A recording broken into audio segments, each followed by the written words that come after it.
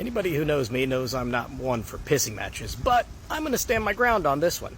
Got a message from someone named Felicia that says helping someone with $7.2 million apply for Medicaid and shelter their assets is fraud. So I gave my standard politically correct answer of the rules allow me to do it, so I don't feel bad about doing it. To which she responded, that is unethical and you know it. So I want to talk about fraud and ethics. So first thing is fraud. Fraud is doing something illegal or in a way not permitted by the rules to be underhanded.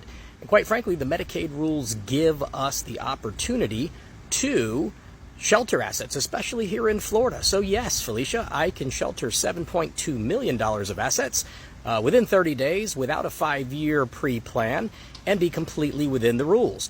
Unethical is another term that Felicia threw out, so I want to address that one. Ethics 101 in law school is that you are required to zealously represent your client and use the laws in a way that is most favorable for your client's position without violating any of the laws or rules. Again, Florida Medicaid gives us these rules. So I often analogize this to the tax situation. As you can tell, I'm holding this at a weird angle so that you can see my Hummer H1 slantback. The reason I bought this was twofold. One, I thought it's kind of cool. Secondly, it's a huge tax break. Under Section 179 of the Internal Revenue Code, you are able to write off the entire purchase price of this vehicle in the first year because it weighs a lot. So that's the reason you see a lot of rolling billboards across the country for companies, is because they can drive big, cool toys and write them off legally. So what does IRS have to do with Medicaid? Well, it's kind of the same thing in a different sandbox.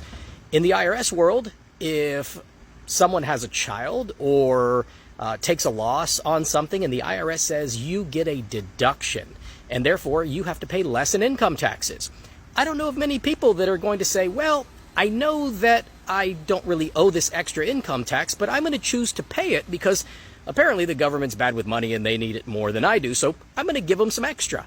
Well, in the Medicaid world, it's exactly the same. The rules allow us to not pay extra.